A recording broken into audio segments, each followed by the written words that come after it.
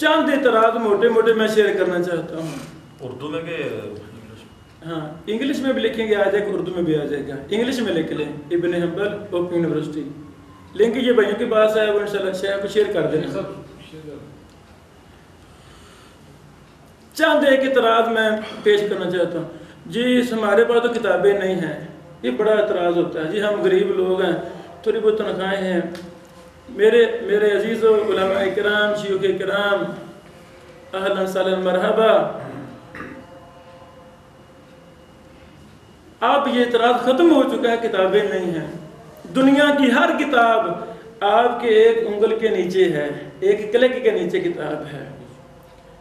www.waqfiyya.com عرب دنیا کا عربی کتب کا سب سے بڑا ذخیرہ. دنیا کی کوئی بھی کتاب عربی میں چاہیے سرچ کریں، وہاں جائیں، فوراً کتاب آپ کے پاس. اردو کتابیں ماشاءاللہ کتنی ہیں، ہزاروں کتابیں. www.kitabussunnah.com جامعہ رحمانیہ ہماری مادری علمی، وہاں کے ہمارے اساتذہ نے بہت بڑی خدمت سارا انجام دی. ہر طرح کی اردو کتابیں وہاں موجود ہیں. ہاں وہاں سے استفادہ کریں. مبارک ہو فیصل آباد مکتبوں کا شہر ہے. اللہ اکبر. یعنی مجھے حرص ہے، میں نے لکھنا ہے. آپ کا کیا خیال ہے؟ جامعہ سلفیہ کا اتنا بڑا مکتبہ کھلا ہے کہ نہیں؟ میرے لیے کھلا ہے، لیکن میں جاتا؟ آپ جاتے نہیں. کیوں نہیں جاتے؟ اس لیے نہیں جاتے، ہمیں لکھنے کی چس نہیں پڑی. یہ جو لکھنے کا ملکہ ہے، تصنیف کا ذوق ہے، وہ ہے نہیں ہمیں ذوق. جب ذوق نہیں ہے، میں نے وہاں کیا لینے جانا ہے؟ نہیں. ہم انبیاء کے وارث ہیں الحمدللہ، تو ہمیں وراثت کو صحیح معنوں میں لینا ہے. ایک چپا زمین کی خاطر قتل ہوتے ہیں. ابھی ضلع قصور میں ایک لڑکے نے 3 بیٹوں بھائیوں کو چوتھے باپ قتل کر دیا. وجہ تھوڑی سی 1 مرلہ 2 مرلہ زمین تھی، پوری فیملی اس نے مار دی.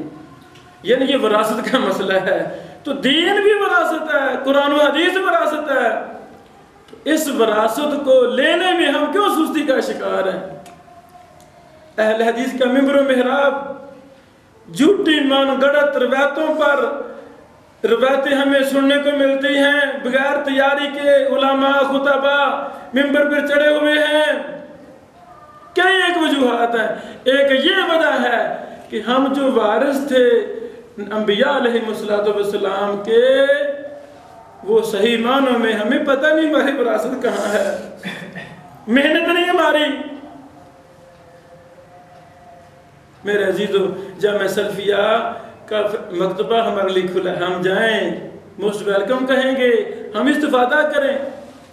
جامعہ دارالقرآن کا مکتبہ کتنا مثالی مکتبہ ہے. تعلیمات کا مکتبہ، استاد محترم شیخ حسری صاحب کا مکتبہ، ستیانہ بنگلے کا مکتبہ، مامو کانجن وغیرہ کے مکتبے، وہ ہمارے لیے ہیں، وہ ہمارے ہیں. لیکن ہم جاتے نہیں. کیوں نہیں جاتے؟ یعنی یہ اعتراض غلط اعتراض ہے، ہمارے پاس کتابیں نہیں ہیں. دوسرا، جی ہمیں نا اس فن کا پتہ نہیں ہے کیسے لکھنا ہے، اس کا بھی پتہ ہم لگا لیتے ہیں. محترم، آپ کے شہر میں ماشاءاللہ کتنے علماء جو مصنفین ہیں، بس جس سے آپ کا زیادہ رابطہ ہے، جو قریب ہیں، ان سے دعا سلام شروع کر لیں. جو لکھیں ان تک پہنچا دیں. استاد محترم میں نے یہ لکھا تھا، رہنمائی فرما دیں. وہ کہیں گے بیٹا یہ حوالہ ایسا نہیں، ایسے لکھنا ہے، یہ آپ نے مسئلہ غلط لکھا. نظر ثانی تو بڑی خوشی ہوگی ہمارے اساتذہ کو، علماء کو. وہ ہماری ٹریننگ کریں گے، ہماری تربیت کریں گے. یہاں بھی ہم بیٹھے ہیں نا، تو انشاءاللہ ہم اپنے تمام علماء بھائیوں کو کام دیا کریں گے. یعنی آج کا کام اتنا ہوگا کہ سارا مہینہ روزانہ گھنٹہ لکھنا ہم پر ضروری ہوگا. آپ یعنی لاہور میں ہمارا یہی شیڈول ہے. وہ ہفتے پر ہماری کلاس ہوتی ہے ہر جمعرات رات کو. تو وہ علماء لکھتے ہیں، ٹریننگ کی طرح کام دیتے ہیں، ورک.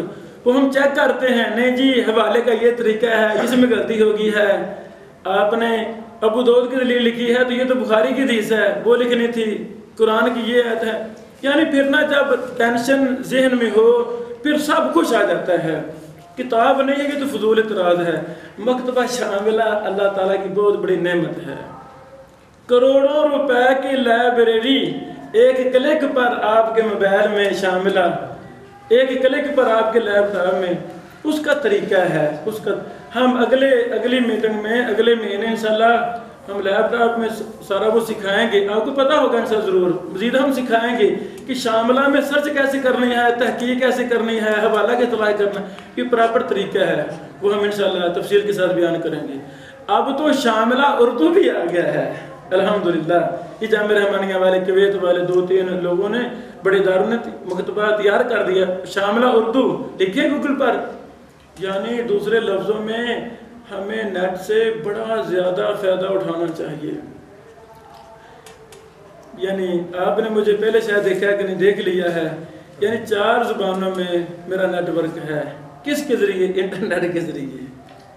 یونیورسٹی ہے، ہماری بہت کئی درجن کتابیں نیٹ پر ہمارے PDF موجود ہیں، کتاب چھپتی بعد میں ہے، پہلے انٹرنیٹ پر جاتی ہے۔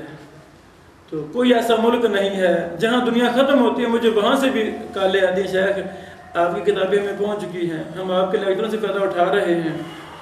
یعنی آپ تو محترم، ہم دیہاتی لوگ ہیں، جہاں پاکستان ختم ہوتا ہے وہاں ہمارا گھر ہے حسین خان والا میں، دیہات میں بیٹھے پینڈو لوگ ہیں، پینڈو جین میں۔ محترم آپ اتنے بڑے شہر فیصل آباد میں بیٹھے ہیں، محدثین کے شہر میں، ہم تو ترستے ہیں کہ ضلع قصور میں کوئی بڑا عالم مل جائے جسے مشورہ کر لیں، ہمیں ملتا ہی نہیں ہے۔ سارے قصور کے علماء کو لاہور آ گئے، کوئی کراچی کو فیصل آباد آ گئے، قصور کو چھوڑ گئے، وہ ویسے کو ویسے پڑا ہوا ہے۔ حضرات گرامی، ہمیں ان مکتوبوں کی قدر کرنی چاہیے۔ جی کوئی رہنمائی کرنے والا نہیں، رہنمائی کرنے والے ہیں کیوں نہیں ہیں، ہمیں ان علماء سے رہنمائی لینی چاہیے۔ آپ لکھنا شروع کر دیں، کراچی کا نہیں پتہ جانا ہے تو ہم پوچھتے ہیں جی کیسے جانا ہے، تو الحمدللہ جلدی پہنچ جاتے ہیں۔ یہ بھی بڑا فضول اعتراض ہوتا ہے، جی کتابیں پہلے بڑی لکھی گئی ہیں، اب کیا پتہ لکھنے کا۔ نہیں محترم، جب امام بخاری رحمہ اللہ نے صحیح بخاری لکھی تھی تو اس سے پہلے کوئی 500 حدیث کی کتاب لکھی گئی تھی، ان کی موجودگی میں صحیح بخاری لکھی امام بخاری رحمہ اللہ نے۔ دیکھیں لکھی تو سب پہ فوقیت اللہ تعالیٰ نے فرما دی۔ یہ بات نہیں ٹھیک، بہت لکھی گئی۔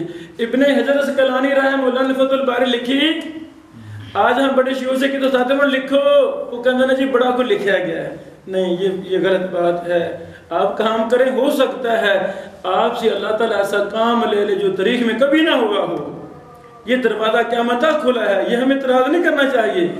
ابن حجر رحمہ اللہ نے جب فتح الباری لکھی تھی، فتح الباری سے پہلے 20-30 شروحات لکھی جا چکی تھیں، اور وہ شرح یعنی مثلا ابن حجر سے پہلے ابن ملکن ہے تو ابن ملکن کی شرح بخاری وہ 36 جلدوں میں چھپی ہے، ابن حجر صاحب کے سامنے تھی، تو ہمت ہار جاتے نہیں جی پہلے ہے کیا پتہ لکھنے کا، ہمت نہیں ہاری ہے۔ کتنے شروحات ابن حجر سے پہلے لکھی گئی تھی، لیکن لکھا ہے اللہ تعالیٰ نے برکت ڈال دی ہے۔ یعنی یہ غلط اعتراض ہے، بہت کو لکھا گیا ہے، ہم لکھنا ہے۔ ہو سکتا ہے میرے اور آپ کی قلم کی وجہ سے کوئی مسلمان ہو جائے، کوئی نمازی بن جائے، جتنا میرا لیول ہے، چلو میں نماز کی فائدے پہ لکھ دوں، چلو جو میں نے جمعہ پڑھانا ہے، اب میں وارث ہوں تو میں نے بڑی تیاری کر کے پڑھانا ہے، ہفتہ پر ہم مطالعہ کروں، جو مطالعہ کروں علماء سے رابطے میں رہوں، تحقیق کروں، یہ ضعیف ہے صحیح ہے، جرح و تعدیل بھی ہمیں آ جائے گا، علل بھی آ جائے گا، علوم حدیث بھی آ جائے گا، شگف ہو جائے گا نا، کتابیں بھی خریدیں گے۔ ایک مولانا سے میں نے کہا بھائی جی آپ نے یہ جھوٹی روایت بیان کر دی ہے، یہ تو نہیں نا بیان کرنا چاہیے۔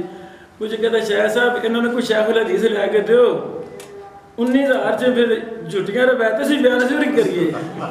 اس نے مجھے کہا یعنی یہ فضول بات ہے، کہتے شیخ الحدیث لے کے جو صحیح دسان بیان کرے، یہ فضول بات ہے، یہ بڑی غلط بات ہے، ہمیں ایسے نہیں کرنا چاہیے۔ میری وجہ سے اگر ایک غلط بات بھی لوگوں میں شیئر ہو گئی اس کا سارا گناہ مجھے ملے گا۔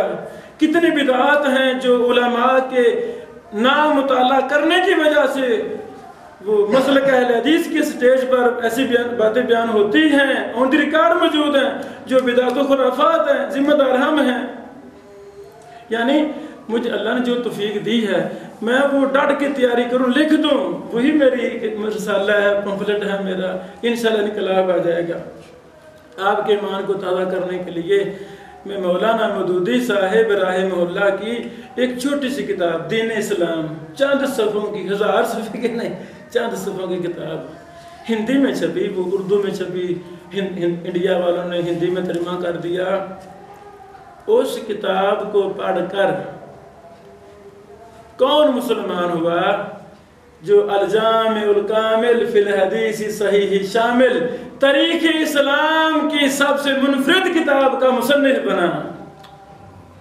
مولانا مودودی صاحب کی چھوٹی سی کتاب پڑھ کر کون مسلمان ہوا جو ہماری مدینہ یونیورسٹی کے کلیہ حدیث کا چانسلر بنا؟ مولانا مودودی صاحب کی چند صفوں کی کتاب پڑھ کر کون مسلمان ہوا جو بہت بڑا امام اور محدث، جب فوت ہوا تو وہ مہد نبی کے استاد تھے؟ میری مراد محدث ضیاء الرحمن العظمی رحمہ اللہ ہندو سے مسلمان ہوئے۔ کیوں مسلمان ہوئے؟ وہ چھوٹی سی کتاب کا مطالعہ کر کے، پھر اور بھی مطالعہ کیا قرآن کا، حدیثوں کا، علماء سے رابطے، پھر ڈٹ گیا۔ ان خلاصہ کلام یہ ہے کہ ہمارے چھوٹے چھوٹے صفحے شاید کوئی تبدیلی لے آئیں۔ ہمیں ہمت نہیں ہارنی چاہیے، ہمیں ہمت نہیں ہے، ہمیں کچھ کرنا ہے۔ پھر یہ بھی اعتراض ہوتا ہے، لو جی کتابیں تو شائع نہیں کرتے، کوئی مکتبے شائع نہیں کرتے۔ او بھائی جان، مکتبے کوئی اور مخلوق ہے، ہم اپنے مکتبے بنائیں گے۔ ظلم و ستم کہاں نہیں ہوتا؟ ظلم ستم ہو تو بندہ مسجد چھوڑ جائے، بندہ مدرسہ پڑھانا، دین چھوڑ جائے، نہیں۔ ہمیں استقامت کا کہا گیا ہے، آمنت باللہ ثم استقم کا کہا گیا ہے۔ بس جو مرضی ہو جائے، گولی مار دیں ہمیں، ہم تو دین نہیں چھوڑیں گے، پتے کھا کے گزارا کر لیں گے، دین نہیں چھوڑیں گے، ہم صبر کریں گے بھائی، دین نہیں چھوڑیں گے۔ کتنے علماء ہمارے مسندوں کو چھوڑ رہے ہیں، وہ کچھ ٹیچر لگ رہا ہے، کوئی کالج میں جا رہا ہے، نہیں بھائی ہمارے